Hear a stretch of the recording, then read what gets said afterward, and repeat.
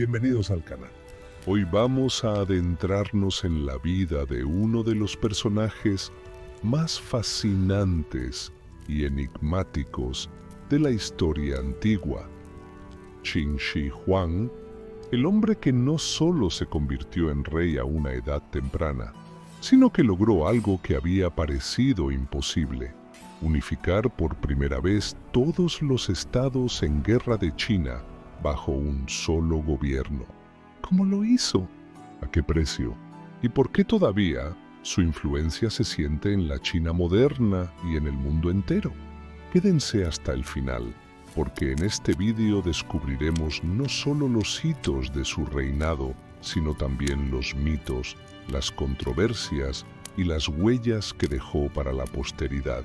Nacido en el año 259 a.C., bajo el nombre de Yincheng o Chaocheng, en el estado de Qin, Qin Shi Huang se convirtió en rey de Qin cuando tan solo tenía 13 años tras la muerte de su padre. Durante sus primeros años como monarca juvenil, el poder efectivo estuvo en manos de un regente y del primer ministro, pero hacia los 22 años asumió el control directo del gobierno. El período histórico en que vivió estaba dominado por lo que llamamos el período de los estados combatientes. Múltiples estados independientes luchaban por la supremacía. El estado de Qin adoptó reformas administrativas, militares y legales que lo hicieron más eficaz que sus rivales. Entre esas reformas estaban nuevas estructuras de mando, políticas de centralización y una nueva visión de lo que significaba gobernar.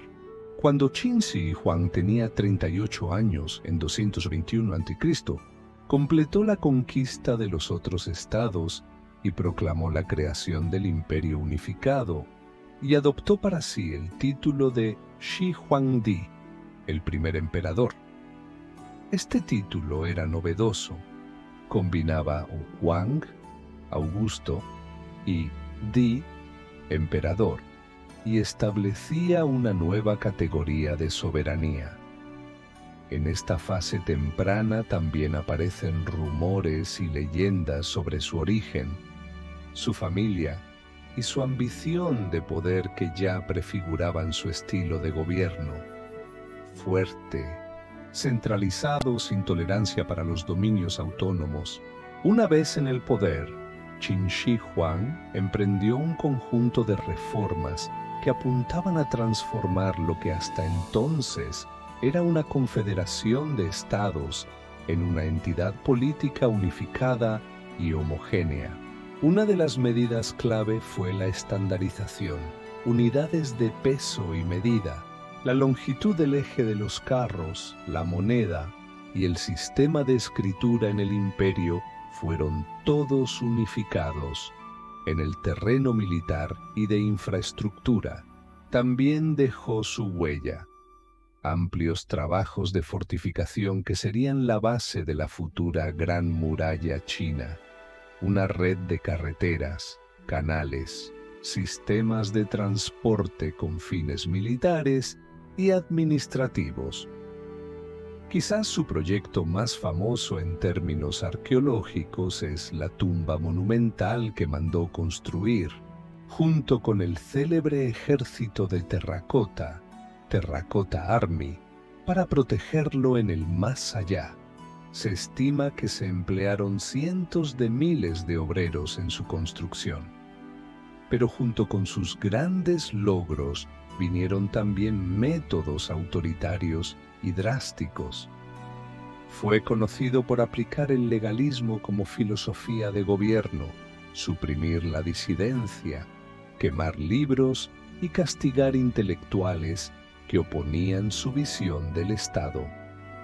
Los detalles de su gobierno revelan el dilema clásico entre creación de orden y represión. Qin Shi Huang quería un Estado fuerte, eficiente y sin fisuras, pero su precio fue elevado en términos humanos. Esta tensión es uno de los hilos centrales de su legado. En el año 210 a.C., durante uno de sus tours por el imperio en busca de elixires de vida, Qin Huang murió. Su muerte desencadenó una crisis. La sucesión no estaba bien asegurada y con intrigas políticas internas, su dinastía, la dinastía Qin, colapsó apenas unos años después de su muerte. La tumba permanece aún sellada hasta hoy y guarda secretos que siguen fascinando a arqueólogos e historiadores. Mientras tanto, el territorio que unificó siguió siendo la base sobre la que se erigirían las dinastías siguientes, y muchas de sus reformas institucionales se mantuvieron.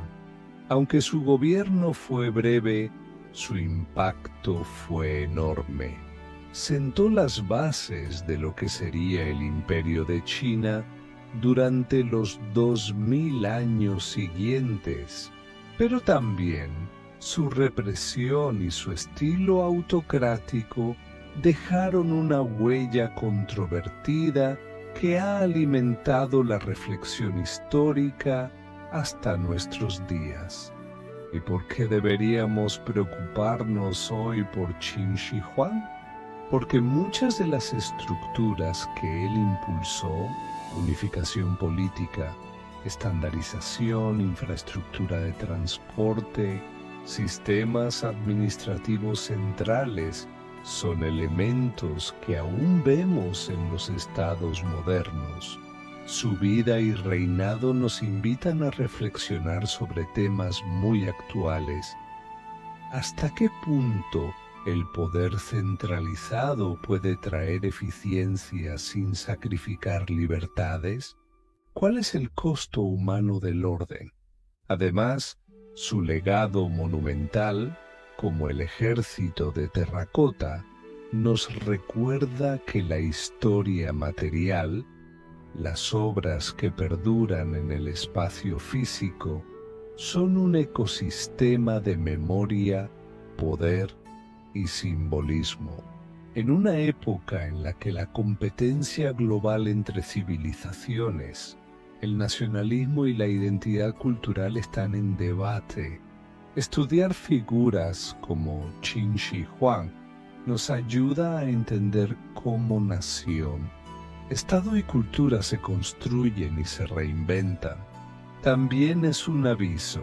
Los grandes proyectos de Estado pueden cambiar el mundo, pero también pueden ser frágiles. La dinastía Qin duró poco, y ello muestra que la imposición del orden sí puede tener éxito, pero sin legitimar la participación, la estabilidad es temporal.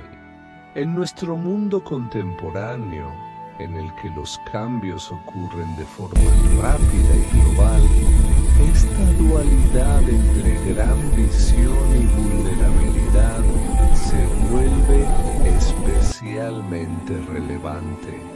Gracias por acompañarnos en este recorrido por la vida del primer emperador de China, Qin Shi Huang. Si te ha gustado este video, no olvides darle like, suscribirte al canal y activar la campanita para no perderte nuestros próximos contenidos sobre historia antigua y civilizaciones. Te sorprendería saber que muchas de las reglas que Qin Shi Huang estableció siguen vigentes hoy en día en China. ¿O crees que su estilo autoritario lo hace un mal gobernante pese a sus logros? Déjanos tu opinión en los comentarios. ¿Cuál crees que fue su legado más importante? ¿La unificación política, la reforma administrativa o los grandes monumentos? Nos vemos en el próximo video.